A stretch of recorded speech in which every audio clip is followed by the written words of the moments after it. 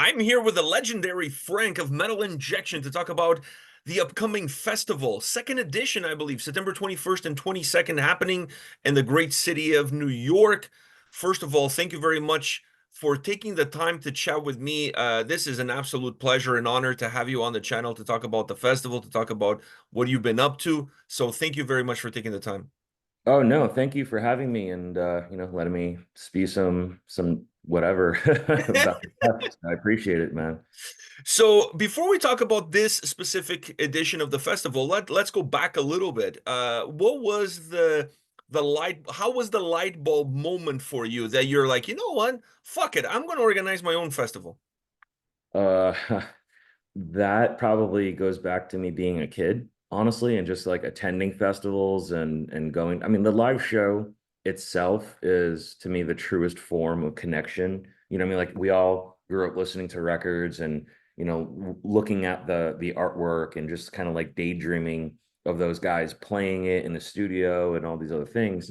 But it was really when I started going to shows heavily, I started really like around 14 years old is when I just became so captivated with the live, experience.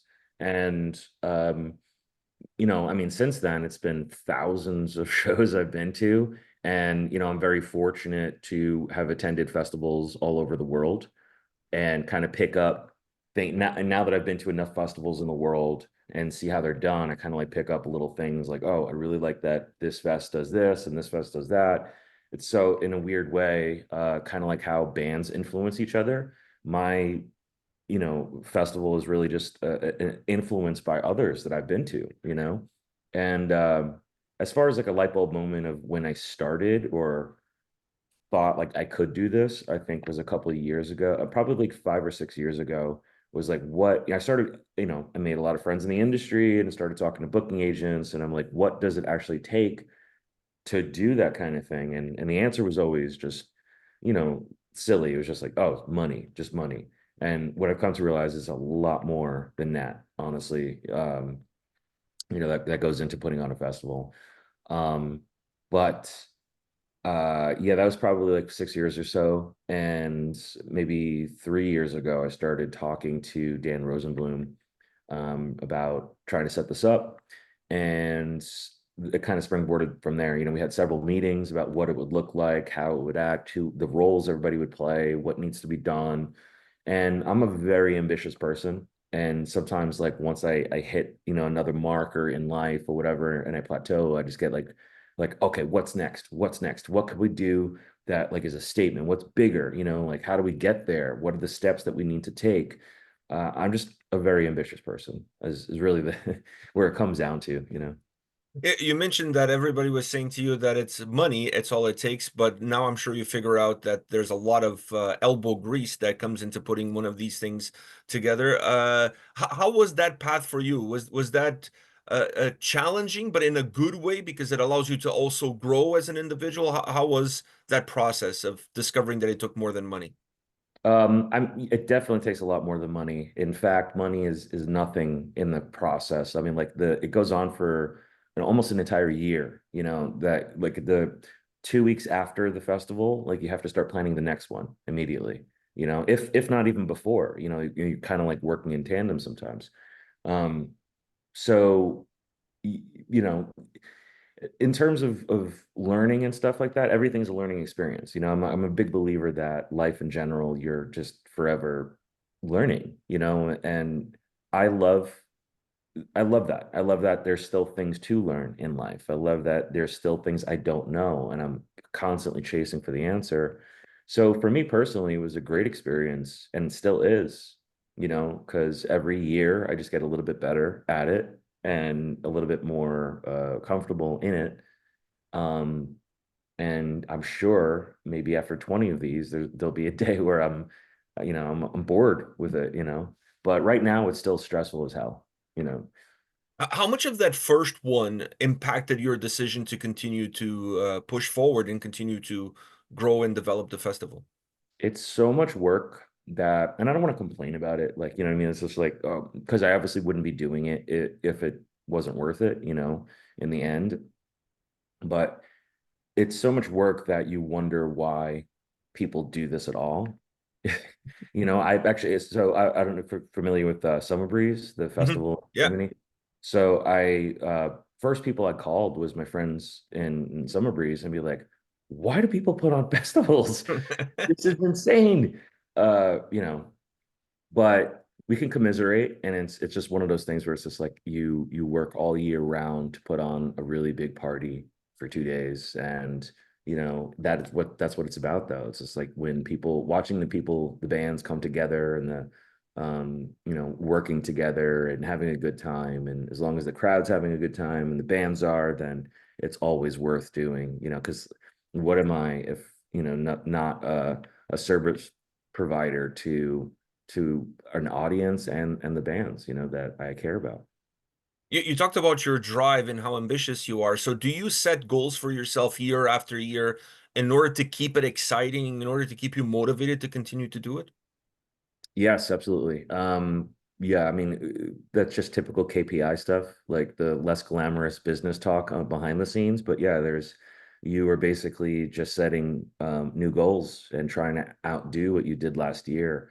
And that looks different every time, I mean, and because it's the web or even really the world is constantly changing and evolving, and the platforms are moving, and people, their interests are changing, so we kind of have to keep one eye on what's happening in the world and how they're working with these platforms, and then we also have to just stay tried and true to what we do as a company, as publications, putting the news out in the way that we set out to do in the first place.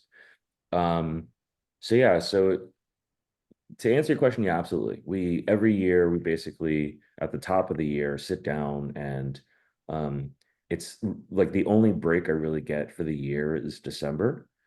I just kind of like save up all of my weekends and days off, everything for like December. I just like, because then I'm just so burnt out. I unplug, and then I'll come back, in January, just kind of renewed with ideas um, on where to take the company next and what to do, things we can try, and the festival really was one of those things. It was like, all right, well, how do we kind of make an impact? How do we, instead of like, you could work in marketing and throw money at like a TV ad or meta ads and stuff like that, but then it's a whole other thing to be like, no, I'm gonna like start another side business essentially, in order to use that as a marketing springboard for something that we're already doing.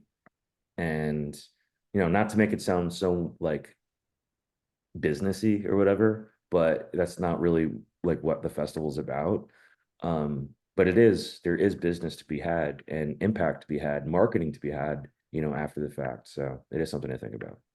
I've talked to a lot of promoters and festival organizers in the US that do obviously metal or prog or whatever the subgenre of metal is. And sometimes I ask them, like, why are you doing it in Atlanta, for example? And most of the times the answer is financial reasons, because the markets are more appealing from a cost point of view in terms of booking a venue than, for example, New York, where you're hosting yours, perhaps one of the most expensive, if not the most expensive market in North America. How do you make that viable? You're going against the grain of what everybody else is doing. Nobody said I was a smart guy. No, that's true. It's not, like I said before, it's not about the money. I mean, there is business, a lot of business behind a festival, but it's not really about the money for me. It's more about the impact and what we're trying to do. I mean, like the thing is that I'm from Brooklyn, New York, and I've been a metalhead since I was 5. Um, and I know that there has been a festival like this, and I want to say like 20 somewhat years, that to hit New York. So like I'm like, and because I'm from New York originally, and these days I'm a total nomad. I don't have a house, I don't have an address in the world. I float around everywhere all over the world. But I was like, all right, let me go home. This is our 20th anniversary. We started in Brooklyn. Let's bring everything home this year. So I started doing events, like when we released the metal injection beer. All the events that happened were in New York. And I was like, all right, let's do the festival in New York as well. just really kind of hammer home that this, this is home, and we're here, this 20th anniversary, kind of paying our dues. Um, and to me, that was more important than, saving the money and going to a different, region, and it would have been so much smarter to do. New York is a really, really hard market. It's hard to sell to. It's hard to get anything at cost. But I'm also very grateful that I have made really good friends who work in the industry, and including like venue owners and organizers, where I could go to them and say, hey, can you cut me a deal? Like, I know that you could Friends charge, and family discount. yeah, like a bro discount. And that's basically what wound up happening is everybody involved in this is super cool and kind of wants it to win. So I think if I didn't have that kind of love, then we wouldn't be here. Do you have a criteria, not moving away from the business side and actually concentrating on the reason why the festival exists, which is for all of us to enjoy great bands and enjoy each other's companies? Because at least that's what I get from the festivals outside of the networking and everything else. Do you have a criteria that you set for what bands you want to have at the festival year in and year out? Um, yeah, they just got to be sick. That's it, man. Like, that's at the end of the day, like, it has to be something that I really find attractive in some way, you know? I listen to a lot of music, not just, well, I mean, it's usually it's like 95% metal, but it's like it's there, even in metal, the genre, there's such a large gamut, where you could have a band like Oceans of Slumber and Ginger playing next to Goat Whore and Body Box and Revocate, like I wanted to me, it didn't matter. I wasn't like trying to put on a thrash festival. I wasn't trying to put on like a cool kid, underground fest. There was no requirements. There never is with me, like I actually think it's fun. And that's going back to what we were talking about before, uh, kind of taking inspirations from different festivals. The European festivals that I've been to, that is the case. You know what I mean? Like they will have a, especially you go to like Roskilde or something like that, you're gonna have it's I've watched Rihanna open for Metallica there, like where else could you do that but Europe, where that's just mainstay. So similar idea here is that I have, Hugh and Lamakia and a bunch of others that are maybe lighter, or even like I have a Caven doing an acoustic set, Mhm. and like stuff like that is going to work with, the death metal bands and stuff, and to me that makes sense. Maybe it doesn't to a lot of others, and we'll see how they feel about it the day of when it's happening. But for me, it's just stuff that I love, man. So you're booking more from a fan standpoint versus a booker standpoint. Yes, absolutely. And I'm probably losing money on that too, that I did. But that's just it. Is like at the end of the day, anybody who's ever dreamt about putting together a festival, you know, we've all done it before. We've all put names on a list, and it's usually there's not like a string that attaches all those bands. It's more or less just what you like. And I kind of thought of it from a fan perspective. You got some sick bands this year. I mean, I could go on through the whole list of bands on the bill because they all have their own uniquenesses and they all bring their own flavor into the mix, which I think makes the overall festival very eclectic and very desirable from a fans and attendee standpoint. But a few names that popped up immediately when I saw it. One of them was God Forbid. I think people are gonna love that set, that show. And 3 Inches of Blood was another one, not just because I'm Canadian and they're Canadian, but I saw them play in Toronto. They did a show here. They're doing few selective dates. And having them on this festival, I think it's super cool considering how selective they're being with where they're playing. Was that one of the bands that perhaps was a little bit more on the top of your list considering this dynamic? Well, what's interesting is 3 Inches of Blood. We were, I was talking to them about doing a reunion way before their first show back in Canada. So we're going back like 2 years ago because Ash, the drummer, is in Revocation as well. Revocation. And those are, super close homies of mine. So I was on the phone with Ash, just kind of kicking the tires and be like, yo, dude, I'm looking, actually, I was listening to 3 Inches of Blood and I was like, fuck, I haven't heard this band in forever, dude. Like, have you ever considered like bringing it back for, and maybe I'll book your show or put you on a festival. I'm thinking about starting a festival. And so I try to get them for the first one, even before, like, I'm going back 2 years now, like I said. Um, and he's just like, whoa, dude, that sounds crazy. We were actually just talking about, you know, going to practice and seeing, how it feels and everything like that. So it's a little too sudden to get on your neck. If you are going to do this festival coming up like next year, then it'd probably be too sudden. Um, and then we kind of kept in touch about it. And that's when he told me, he's just like, hey, so we're going to be doing, like 2 shows in our hometown. That just feels right to do. Like, that's the best way to kind of approach it. We'll start at home first. And then if people like it or anything, then maybe we'll explore doing other shows. And so, yeah, so the second that those 2 shows that they did went over really well, I was the next person on the phone with him and be like, yo, dude, is now the time, and we worked it out. So um yeah, I'm so stoked to see them. They're great guys. It's been forever, you Yeah. know, and they haven't met in New York City, I think, in like 13 years or something.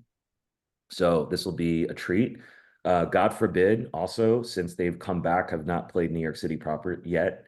They did a Jersey show, maybe 50 miles away, but they haven't done New York. So this will be their first time back in New York and however long it's been. And they're doing Gone Forever all the way through, which is another bonus treat. And then I have bands like Pallid Veil, and that is a super group that I actually put together and select all the members to write music.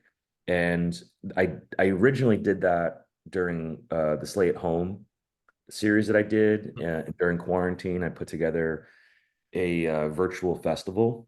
And actually, going back to your other question about putting this festival together, that's probably where this really started. Is during quarantine, we're all home, nobody's doing anything. I wound up watching other big companies like Warner Brothers put on I think within 2 months of quarantine, they wound up announcing this virtual festival the same time that I was thinking about doing one. And I was like, oh, I was just about to kind of start my own thing, but a much bigger company is putting one together. Let me see how that pans out. And I watched it and it was abysmal. It was basically just a sorry excuse to peddle merchandising. It was just about money. That was it. And like during the quarantine, all they were looking for was their bottom dollar, and that really annoyed the living fuck out of me. So and like the execution was shit. It basically was just pre-recorded material that they were putting out in links on the day of. So they were, like the whole workup and the hype behind it, whatever. They were selling T-shirts for this virtual festival, and I'm like, I don't understand like who gets that money, and it was just not transparent whatsoever. So I was like, I'm gonna do this the exact opposite of what they did.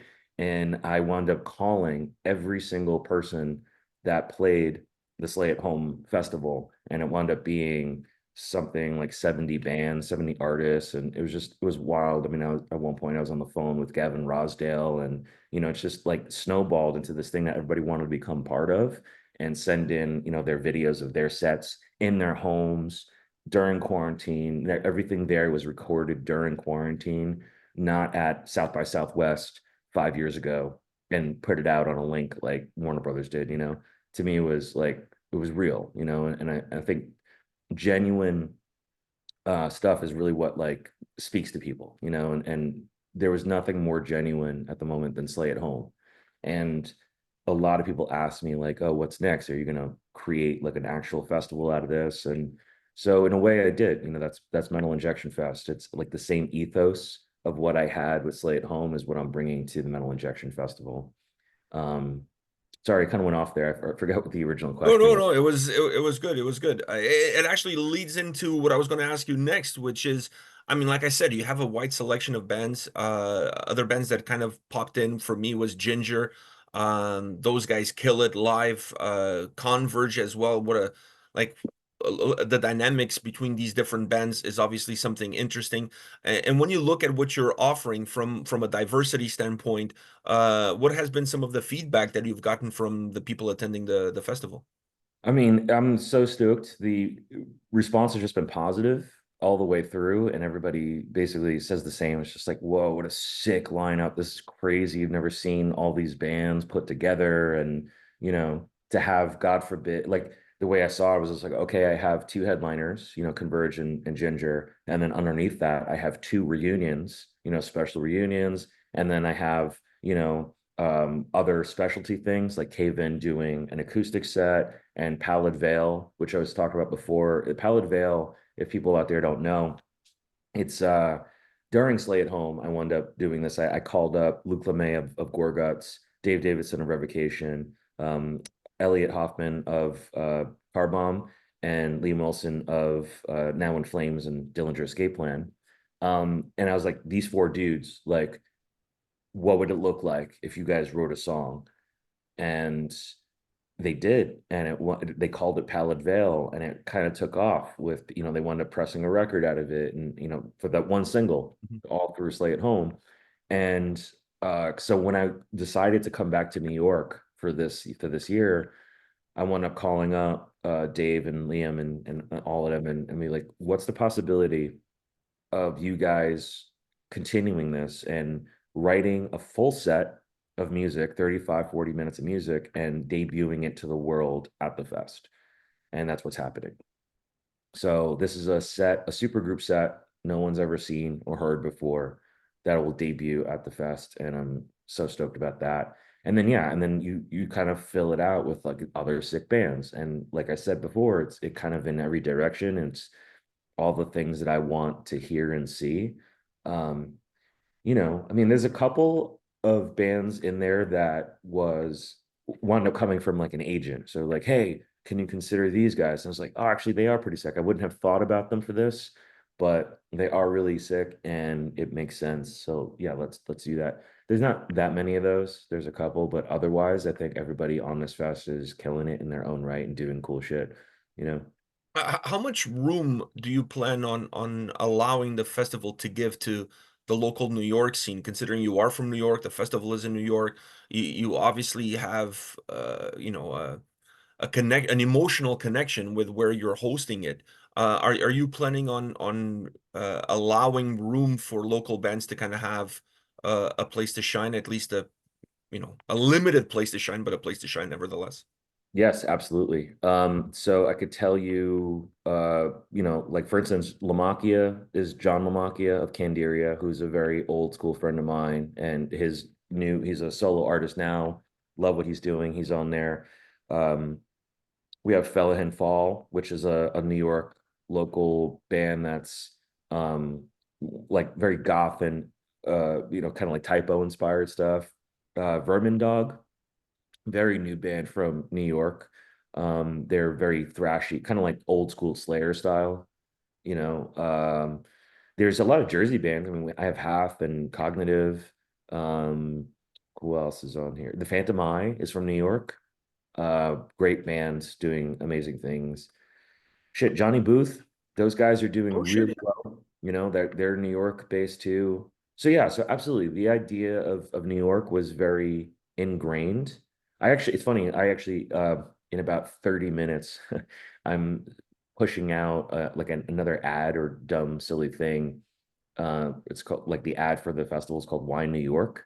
And we talk about like all the little dumb things about, New Yorkers and New York in general. But yeah, it's very New York. At the end of the day, it's just like I wanted it to make an impact, or some kind of statement that this is what New York does. This is how we do it.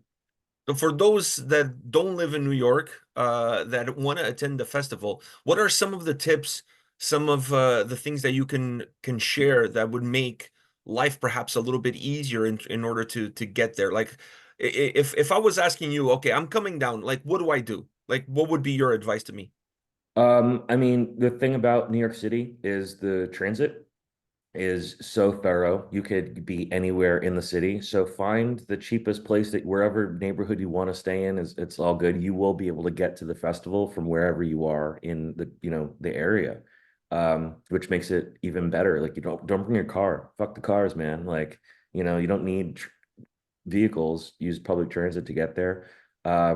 We got, listen, 3 blocks away is some of the best pizza. I'm vegan, so I don't have it these days, but like I remember I've had it a million times. 3 blocks away is Danny Pizzeria. It is dynamite as far as New York City pizza goes. I think Uh, the best. I actually have had it. I think it's the best. yeah, I love it. I So, can't eat it now either. I'm lactose intolerant, so I I'm can't sorry. eat pizza. But I dabbed in previous times when I visited New York. I think it's the best one in New York. Yeah, well, that's a loaded question, right? You could talk like I have a whole podcast about the best pizza slice in New York City.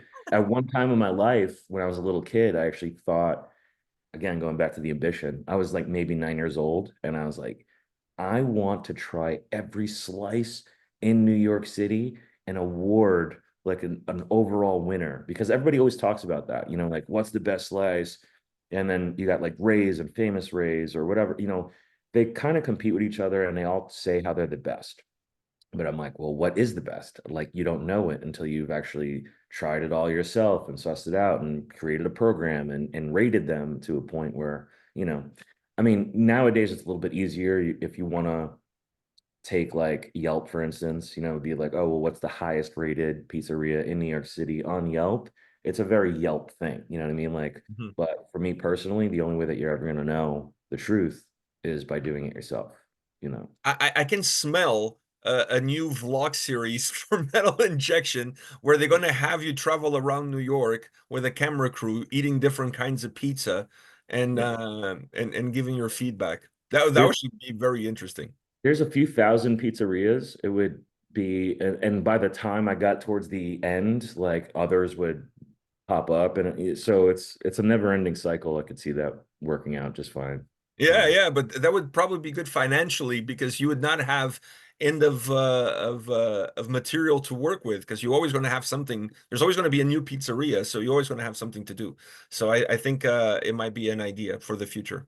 Yeah, I would be like 700 pounds, and you know, Oh, but that's the thing. You just take one small bite. Don't eat the whole slice. If you watch those cooking shows or right. those like Somebody Feed Phil, which is a show that I absolutely love, you don't eat the whole thing. You just take a small piece. Maybe take somebody from a band with you and they eat the rest and you just have a small piece. I think you must be mistaking me with somebody who has self-control. No, once I start, you can't stop, So And when talking about starting and not being able to stop, do you see this festival moving beyond the 2 days that it currently is the setup? that's an interesting question. I've considered what does a third day look like. But I don't want to go further than that. Like, I actually think 4 days is too long for a fest. Like, as a festival goer myself, after 3 days of anything, I'm tapped out. Like I can't, I don't have like, usually by a Sunday at a festival somewhere, and a lot of these Norwegian festivals are like 5 days and stuff. I'm like, whoa, dude, like that's a lot of juice to ask somebody for. I don't have that. And yeah, I don't know. Right now, 2 days feels comfortable. We'll see about three, maybe down the line, but I wouldn't go further than that.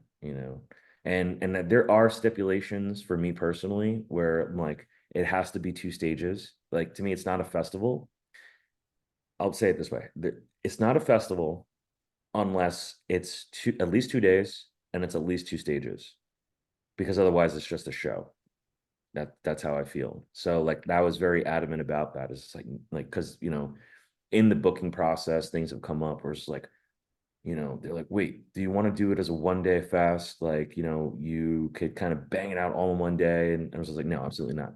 It has to be 2 days and it has to be 2 stages at least. This year I have 3 stages, which is a whole other stage of headaches. It's just like I bumped. That was the big change going from last year to this year. As you could probably see, there's a lot more bands Mhm. on this one. So we got 31 bands this year. Last year, I think it was 20. Yeah, So I was gonna say it was about 2021, something like that. Yeah, so it's, it's growing in that regard. It's got to change, it's got to move, it's got to flex. And I mean, I'm also in the early stages where I'm still testing things. I'm testing, what does New York look like? Doing it in Orange County, California last year was so sick.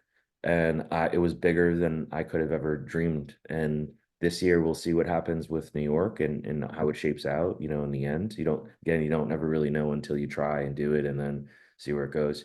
But it's all about testing. We're testing New York, we're testing the area, the venue, the three stages, the type of marketing, like everything's being tested.